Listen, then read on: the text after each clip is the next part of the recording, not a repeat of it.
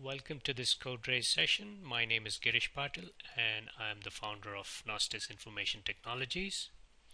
In this session, we'll be looking at some of the recently released products from Gnostice. That is PDFtoolkit 4 and the new .NET font rendering engine that we call Extreme Font Engine. Before we move ahead, I would like to share with you a small but significant piece of history. We released our first commercial components way back in 1999 that ultimately led to the founding of Gnostice in 2002. The significant piece is that we got our first customer for these components, which were a set of richly featured data-aware lookup components, on October 15, 1999, and we celebrated the 12th anniversary of that event just a few days ago. In this session, we'll just talk about the new products from Gnostice, and here are the specific items we'll be looking at. To start with, just so everyone is on the same page, I'll explain what PDFtoolkit is. We'll then take a tour of the new features of PDFtoolkit 4. After that, we'll get down to adding our own new feature to the PDF viewer by leveraging the new plugin development framework of PDFtoolkit. Then we'll switch our development platform to .NET with Delphi Prism and look at the new 100% .NET font rendering engine. With that, we'll be done with the demos, and it'll be a good time to take a high-level view of all Gnostice component libraries, and then to also know about the special discounts we have for Gnostice tools for CodeRage 6. We'll finally end the session with live Q&A.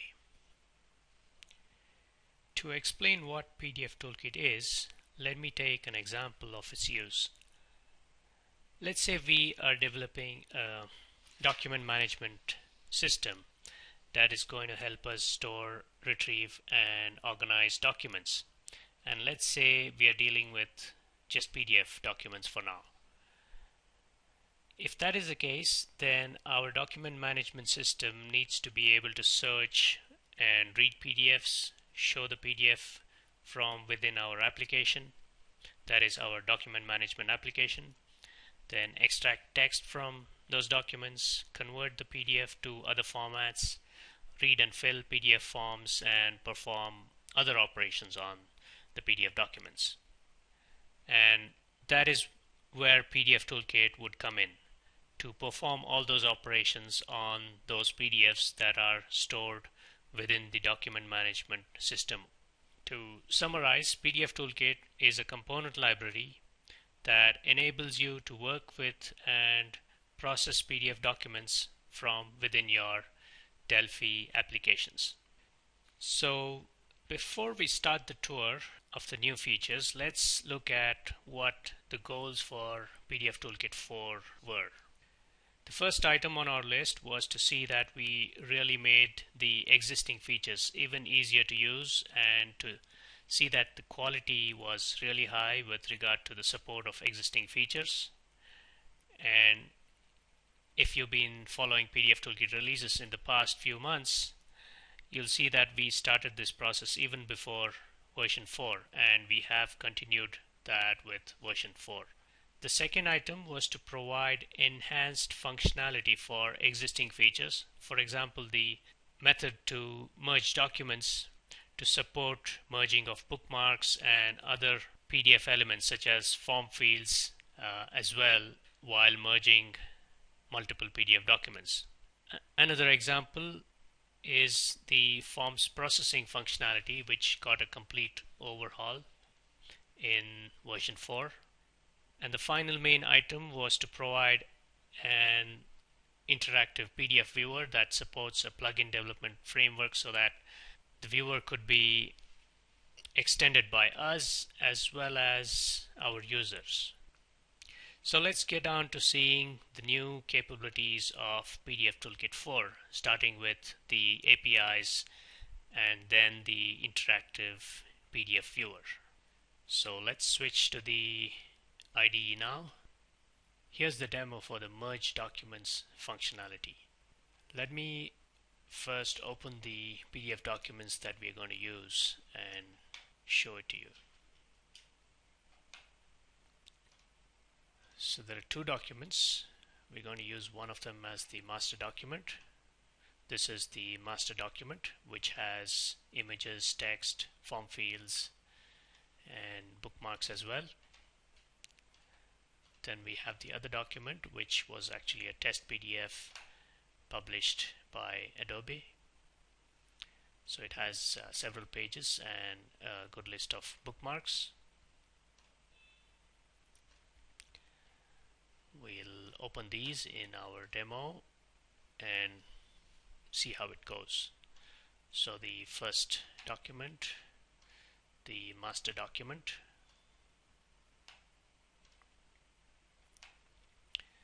and then the second document, and also give an output document name. So I'll just call it merge document 2, since I already have the other name used. And then click on the merge and save button, and this is the dialog that is prompting us for the title of the node that is going to contain all the bookmarks being added from the particular documents. So for the first document, it asks for the title for the main node, and I'm going to just leave it at the default, and that is the name of the document. So the first document, as we can see, that was the master document. It's merged with, or the second document is merged with the master document, and we can see the bookmarks here. So we saw the dialog asking us for the title for the node that is going to contain all the bookmarks for the merged document, and we can see it here. So by clicking on the first bookmark node, it takes us to the appropriate page, and the original bookmarks work as well. Let's go see the code now. So when we call load document, or rather when we press the load document button, all we did was call the load from file method on the PDF document, and then when we gave the list of documents, all we did was store the list of documents in a string list. And finally, when merge and save button was clicked, we called the merge documents method on the PDF document object, passed the list of files, and that's about it. So that did the job. Now let's take a look at the demo for converting PDFs to image files. Let's first run the demo as we have been doing. So I'm going to open the PDF file with a lot of pages, and I'm going to just select the output folder name, select multi-page diff, and just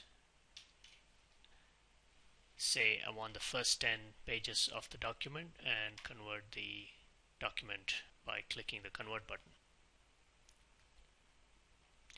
It's done successfully. Now let's go see what's happened in the outputs folder.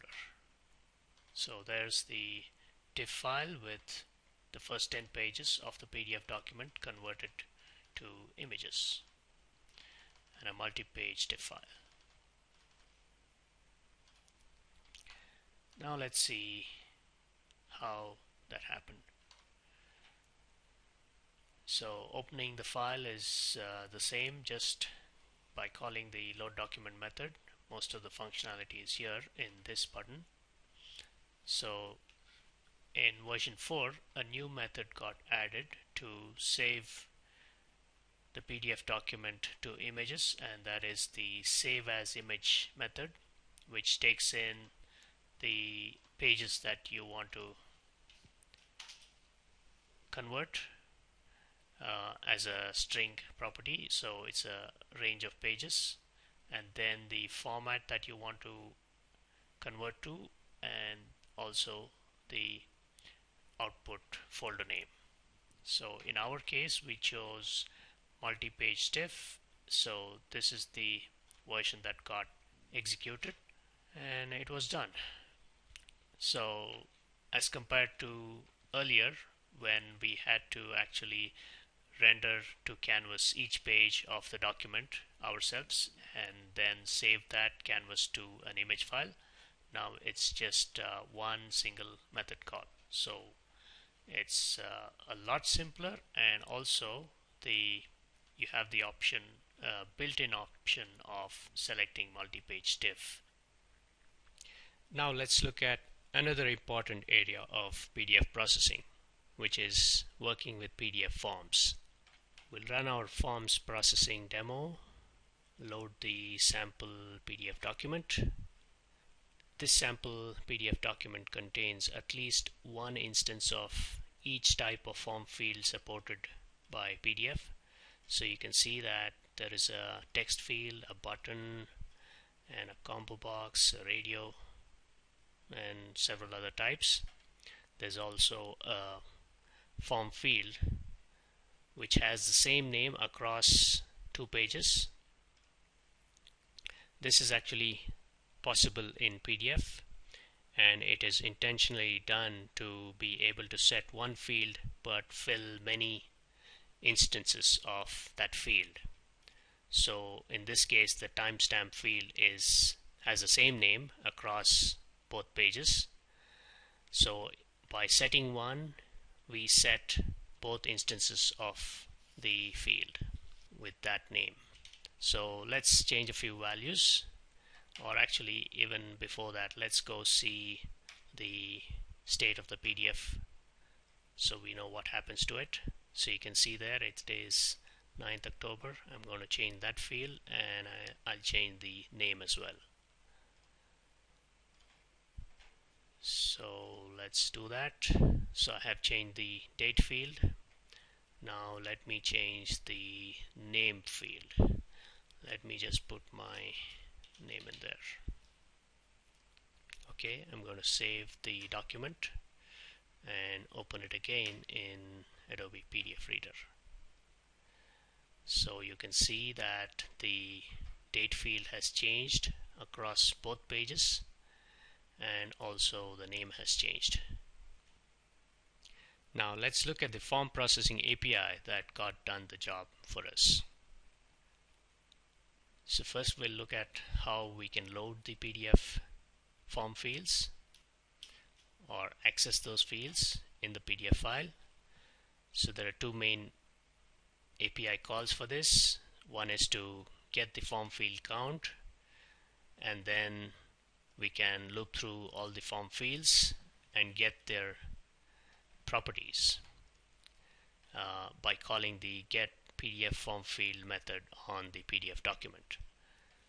So we get the instance of the form field, and then we can query the properties of that form field using that object.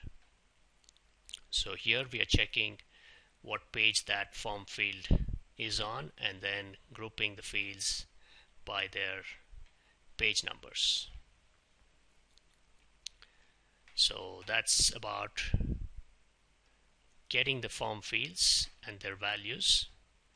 Then let's go see how we fill them.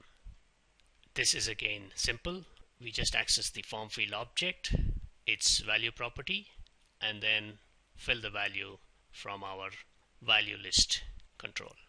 There's also methods to delete a form field. That's done just by calling the remove form field method, and then we can also flatten a form field by calling the flatten form field method. Maybe let's just try the flattening. Have it open, so let me just select the address field maybe, and then set a value on it, save the field, and flatten it. So it's actually gone now, and let's go see what has happened on the form.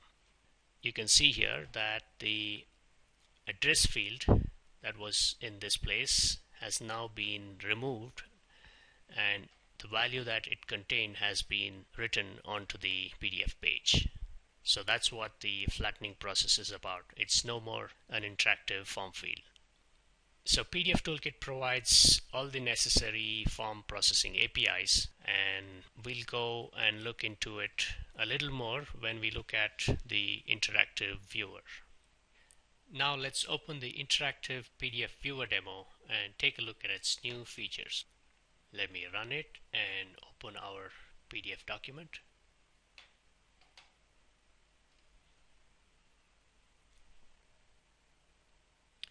First, let's look at the support for different kinds of elements.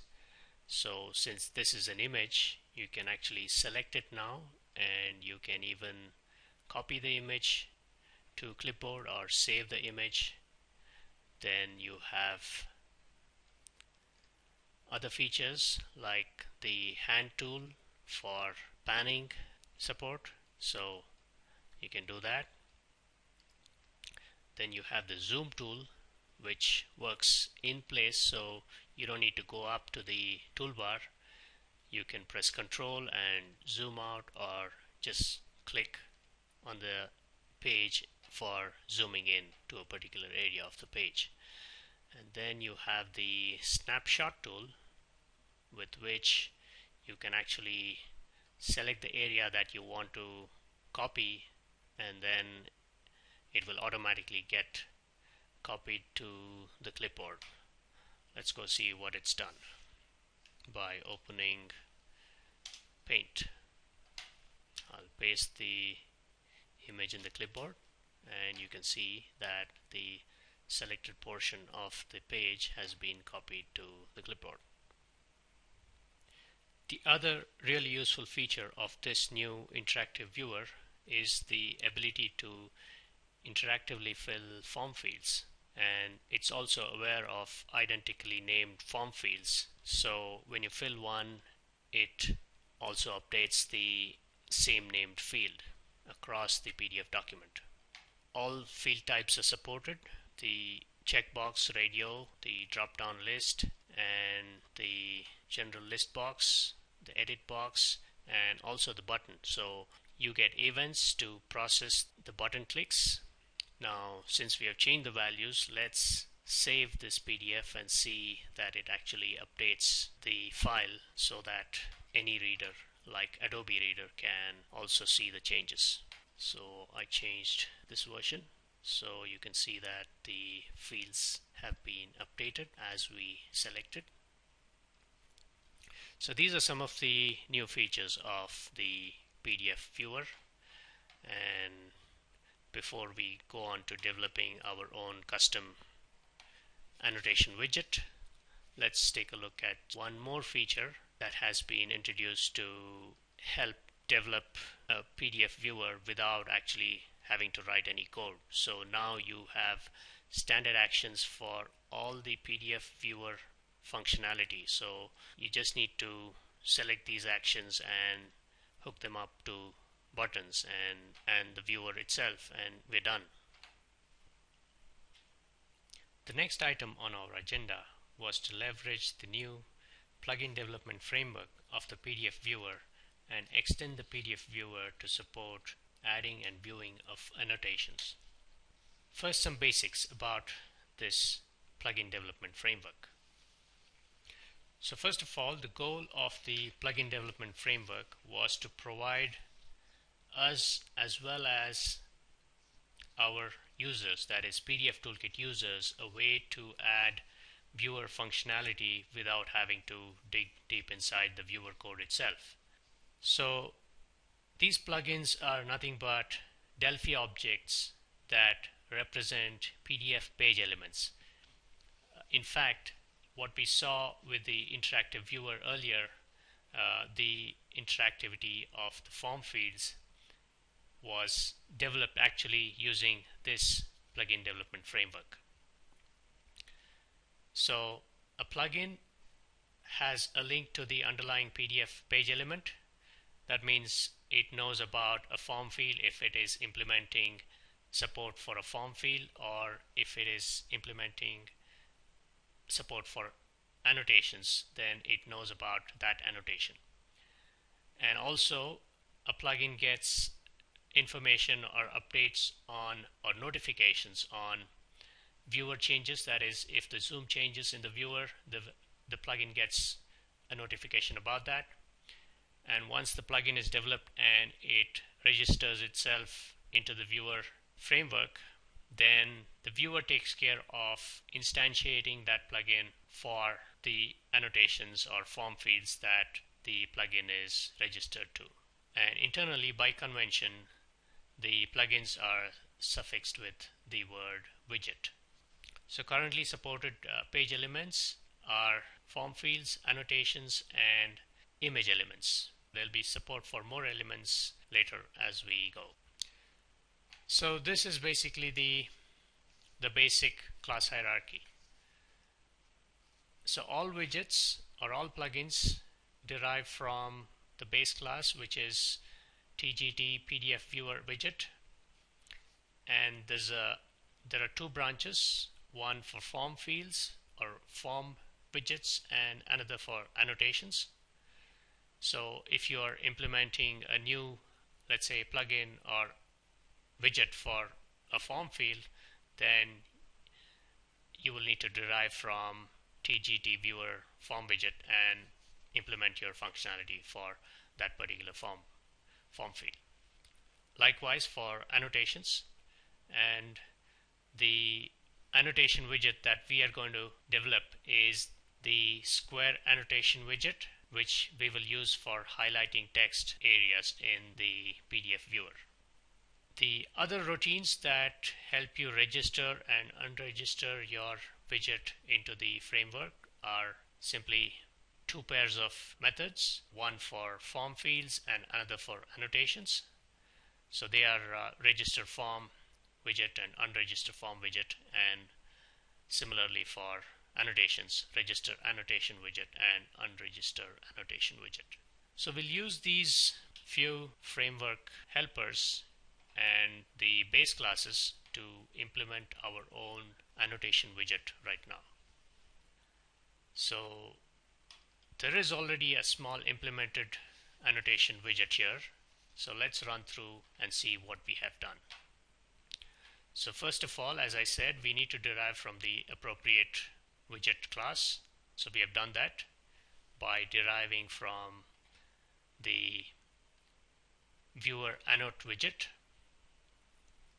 and we have called our new widget or new annotation widget the square annotation widget, because that's what it's called in the PDF specification. Although you can draw rectangles, it's still called a square annotation for some reason.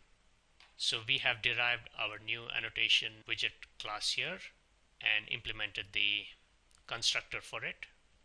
And in the constructor, we just need to do a few things. That is, we need to show the contents of that annotation in the hint property. We simply access the page element, its contents property, and then set that value to the hint property of our annotation widget class. So how this works is, when we register the annotation, we need to link it to the underlying PDF page element that it's going to be connected to. So here we have chosen the PDF square annotation as the PDF page element, and then we have linked our class, the new class, to this PDF page element. So when the viewer encounters this particular page element, it's going to instantiate our new annotation widget class, and then through this constructor method, it's going to send the actual PDF page element from which we can get all the details of that PDF page element. And then it's going to just place it on the viewer, and we don't need to do anything more for it because the base class does all the necessary stuff for resizing the annotation when the viewer changes its zoom and so on. So all we had to do was just set the hint property to our annotation class or our annotation widget, getting the value from the contents of the underlying PDF annotation. So once we registered, it's already in. So now what we did takes care of showing annotations that are contained in the PDF document. But we still need to give a way for the user to add an annotation interactively through the viewer. So let's see the implementation for that. And the implementation for that is in this event, the marquee select. So when the user selects a region, the event is going to get fired, and over there we invoke this code where we check if the viewer is in the highlight mode, and then we throw a dialog to accept the annotation comment, and then we create a new square annotation, which is the PDFtoolkit class, set necessary properties, and then insert that annotation into the PDF document.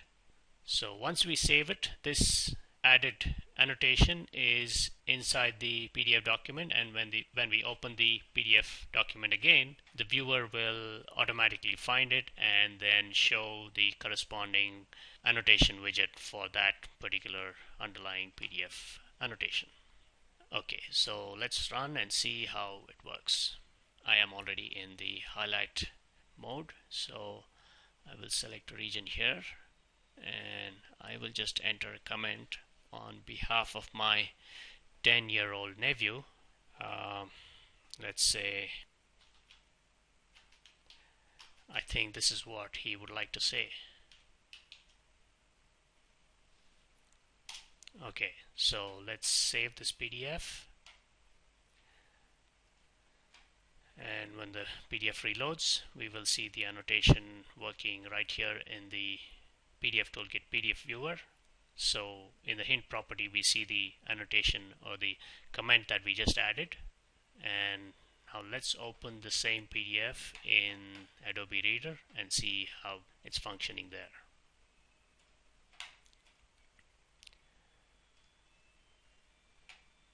So the new annotation that we just added is here, and it's working just the same way. Hope that was a useful demo, and it was easy enough to get done. Now let's switch our development environment to .NET with Delphi Prism and look at the new Extreme Font Engine, or the font rendering engine for .NET. So some fundamentals about Extreme Font Engine, or what a font engine actually is. So let's see this through code. It's much easier to do that. Okay, going over to Delphi Prism. So let's say we need to render something on the canvas in Delphi. Then we would do something like this. So we would first of all select the font on the font property of the canvas. Then we would call the text out method, passing the coordinates and the text to be rendered onto the screen. And if we want to go still low level, we would use Windows API. We would actually create the font object, then select the font object using the select object function, and then call the text out method, the Windows API text out method, passing the necessary values.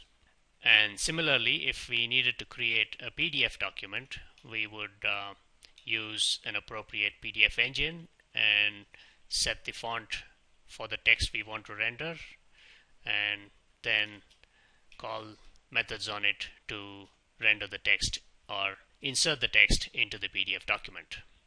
And in PDF, additionally, we have some options.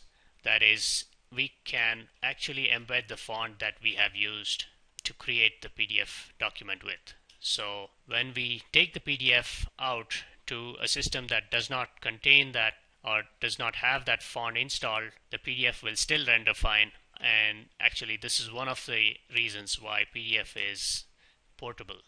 Now, the reverse. So let's say we need to decode this PDF that we just created and draw the contents of those pages onto the screen. So we would do something like this. So first we decode the PDF stream and then get the font out of it.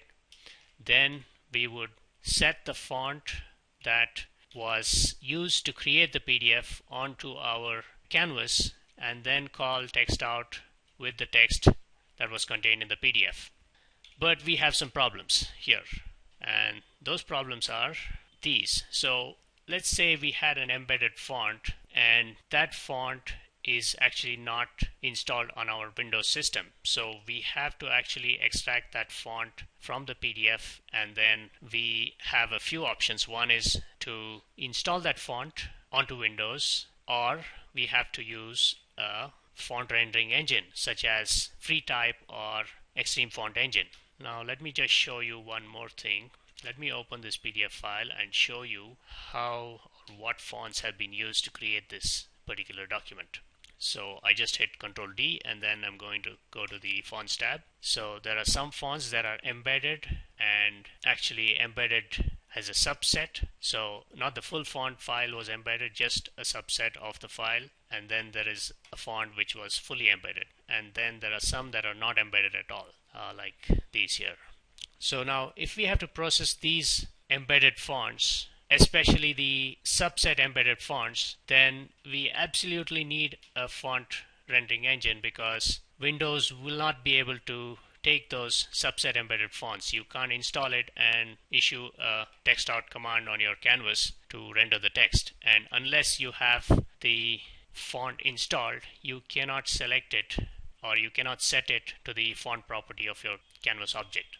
So that is the problem. Now to solve that, you absolutely need a font rendering engine which can actually take the font stream and render the text that you need to render onto the screen. So there are other problems as well. One is if let's say you're in a server environment and you're actually a website, then you cannot install the font onto the system because you don't have the permissions. Then again, you need a font rendering engine.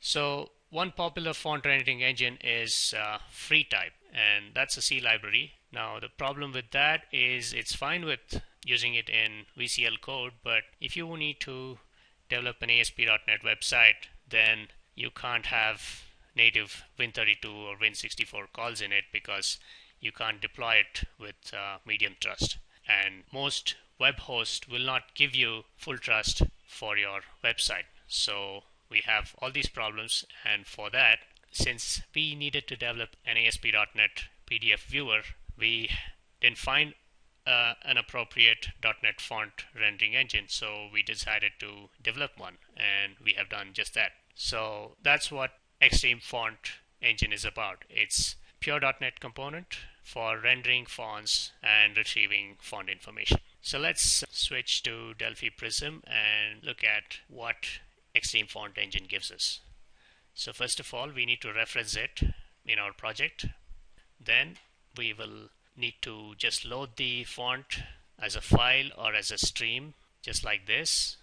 Once we have loaded our font, we can check properties, or we can check the details about that font. We can check what type it is. So currently Extreme Font Engine supports TrueType fonts and Adobe Type 1 fonts. So you can check the type, and then to get additional details about a particular font, we can get the interface for that type this way. Then we can check the encodings that the font supports, and finally when we need to render any character, we would call the get outline for character, or rather get outline for char code method. Pass the char code, the font size that we want the outlines for, the DPI, and then the encoding. Once we have the outlines as graphics path, that's what we get it as, we can render that onto the form or any surface this way by basically drawing the path onto the surface. So let's run this and see what happens. This is a very simple example where I've just accessed or I've loaded a TrueType font, which is just Arial, and then I'm loading that font, checking for the available encodings, selecting one encoding, and then simply rendering A. So you can see that it didn't use the .NET framework to render this this font. It processed all the font information by itself, that is Extreme Font Engine, and then got the paths for it, and then we use the graphics methods to render that particular shape. So Extreme Font Engine gives us a whole lot of methods and properties and events to get font information. A good way to see this is through a demo that we have developed using Extreme Font Engine. It's a full-fledged demo it's a full-fledged font viewer. Let me load a few fonts through this. So first, let's take the standard Arial font, which is a complete font, and let's select an encoding to see what glyphs it contains. You can see here that Extreme Font Engine has got first of all the font properties, all of it, and then also the shapes or glyphs for each of the characters that is in the font file under each of the encodings. So these are the glyphs, and if we select a glyph, again we get additional information on the glyph. Now let me quickly load a subset embedded font. So I'm loading a subset embedded font, and let me select an encoding and see what glyphs it contains.